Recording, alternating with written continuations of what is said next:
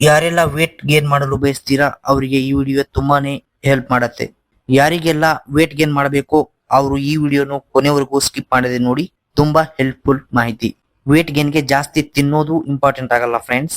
ತಿಂದಿರೋದನ್ನೇ digest ಮಾಡ್ಕೊಳ್ಳೋದು ತುಂಬಾ important ಅನ್ಸುತ್ತೆ. ಹಾಗಾಗಿ ಡೈಜೆಷನ್ ಇಂಪ್ರೂವ್ ಮಾಡ್ಕೊಳ್ಳೋದು ತುಂಬಾನೇ ಇಂಪಾರ್ಟೆಂಟ್ ಆಗತ್ತೆ. ಒಂದ್ ವೇಳೆ ಡೈಜೆಷನ್ ಇಂಪ್ರೂವ್ಮೆಂಟ್ ಇಲ್ಲ ಅಂದ್ರೆ ಫುಡ್ ಡೈಜೆಸ್ಟ್ ಆಗಲ್ಲ ಹಾಗೂ ವೇಟ್ ಗೇನ್ ಗೆ ತುಂಬಾ ತೊಂದರೆ ಆಗತ್ತೆ. ಡೈಜೆಷನ್ ಇಂಪ್ರೂವ್ಮೆಂಟ್ ಬಗ್ಗೆ ವಿಡಿಯೋ ಬೇಕಂದ್ರೆ ಕಮೆಂಟ್ ಬಾಕ್ಸ್ ಅಲ್ಲಿ ತಿಳಿಸಿ. ವೇಟ್ ಗೇನ್ ಮಾಡ್ಬೇಕಂದ್ರೆ ಬ್ಯಾಲೆನ್ಸ್ಡ್ ಡೈಟ್ ತಿನ್ನೋದು ತುಂಬಾ ಇಂಪಾರ್ಟೆಂಟ್ ಆಗುತ್ತೆ. ಅದಕ್ಕೂ ಮೊದಲು ಟಾಪ್ 4 ಫುಡ್ಸ್ ಯಾವ ಅಂತ ನೋಡೋಣ ಬನ್ನಿ. ಮೊದಲನೇದಾಗಿ ಕುಂಬಳಕಾಯಿ ಬೀಜ. ಇದು ಪ್ಯೂರ್ ವೆಜಿಟೇರಿಯನ್ ಪ್ರೋಟೀನ್ ಸೋರ್ಸ್ ಆಗಿರುತ್ತೆ ಫ್ರೆಂಡ್ಸ್. ಇದರಲ್ಲಿ ಹೆಲ್ದಿ ಫ್ಯಾಟ್ ಅಂದ್ರೆ ಸ್ಯಾಚುರೇಟೆಡ್ ಫ್ಯಾಟ್ ಸಿಗುತ್ತೆ. ಈ ತರಹದ ಫ್ಯಾಟ್ ನಿಮ್ಮ ಹೆಲ್ದಿ ವೇಟ್ ಗೇನ್ ಗೆ ತುಂಬಾ ಇಂಪಾರ್ಟೆಂಟ್ ಆಗಿರುತ್ತೆ. ಇಷ್ಟೇ ಅಲ್ಲದೆ ಇದರಲ್ಲಿ ಮ್ಯಾಗ್ನೆಸಿಯಂ ಕೂಡ ಹೆಚ್ಚಾಗಿರುತ್ತೆ. ಹಾಗಾಗಿ ಡೈಜೆಷನ್ ಕೂಡ ಸುಲಭವಾಗಿ ಇಂಪ್ರೂವ್ಮೆಂಟ್ ಆಗತ್ತೆ. ಇದನ್ನು ಸ್ಮೂತಿ ಮಾಡಿ ಸೇವಿಸುವುದು ಉತ್ತಮ. ರಿಸಲ್ಟ್ ಬೇಕಂದ್ರೆ ಇದನ್ನು ಸ್ಮೂತಿ ಮಾಡಿ ತಿನ್ಬೇಕು. ಎರಡನೇದಾಗಿ ಅಗಸೆ ಬೀಜಗಳು. ಇವುಗಳಲ್ಲಿ 100% ಒಮೆಗಾ 3 ಫ್ಯಾಸಿಡ್ಸ್ ಇರುತ್ತೆ ಮತ್ತು ಅಷ್ಟೇ 100% ಪ್ಯೂರ್ ಪ್ರೋಟೀನ್ ಮತ್ತು ಪ್ಯೂರ್ ಫಾರ್ಮ್ ಆಫ್ ಫೈಬರ್ ಆಗಿರುತ್ತೆ. ಹಾಗಾಗಿ ಸುಲಭವಾಗಿ ಡೈಜೆಷನ್ಗೂ ಹೆಲ್ಪ್ ಆಗುತ್ತೆ. ಇವು ನಮ್ಮ ಕರುಳಿನ ಆರೋಗ್ಯವನ್ನು ಕಾಪಾಡುತ್ತವೆ ಫ್ರೆಂಡ್. ಇವುಗಳು ಪೂರ್ತಿ ಬೆನಿಫಿಟ್ ಸಿಗ್ಬೇಕಂದ್ರೆ ಇವುಗಳನ್ನು ಪುಡಿ ಮಾಡಿ ಸೇವಿ.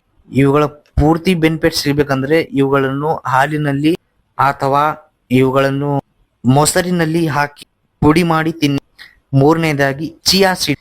ಇವುಗಳಲ್ಲಿ 100% ಒಮೆಗಾ 3 ಇರುತ್ತೆ ಮತ್ತು ಪ್ಯೂರ್ ಫಾರ್ಮಾ ಪ್ರೋಟೀನ್ ಕೂಡ ಇದೆ. ಇದರಲ್ಲಿ ಫೈಬರ್ ಕೂಡ ಹೆಚ್ಚಾಗಿರುತ್ತೆ.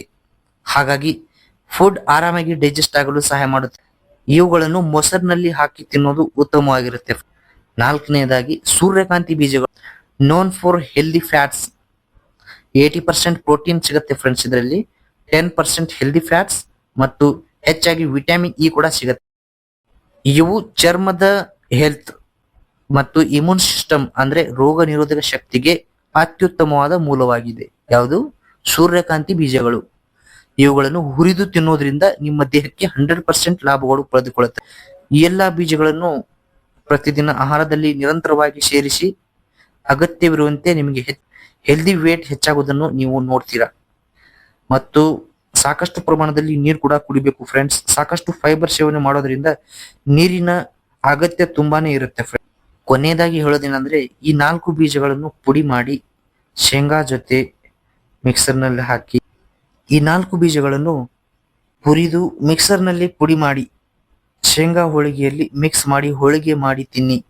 ಉತ್ತಮ ರಿಸಲ್ಟ್ಗಾಗಿ ಹೋಳಿಗೆಯಲ್ಲಿ ಬೆಲ್ಲವನ್ನು ಉಪಯೋಗಿಸಿ ಫ್ರೆಂಡ್ಸ್. ನಿಮ್ಮ ದೇಹದ ತೂಕ 100% ಹೆಚ್ಚಿಸಿಕೊಳ್ತೀರಾ. ಒಂದ್ಸಲ ಮನೆಯಲ್ಲಿ ಟ್ರೈ ಮಾಡಿ ನೋಡಿ. ಕೂಡ ಯಾವುದೇ ಸಪ್ಲಿಮೆಂಟ್ ಕೂಡ ಬೇಕಾಗಿಲ್ಲ. ಕಡಿಮೆ ಖರ್ಚಿನಲ್ಲಿ ನಿಮ್ಮ ವೇಟ್ ಗೇನ್ ಅನ್ನು ಮಾಡಿ.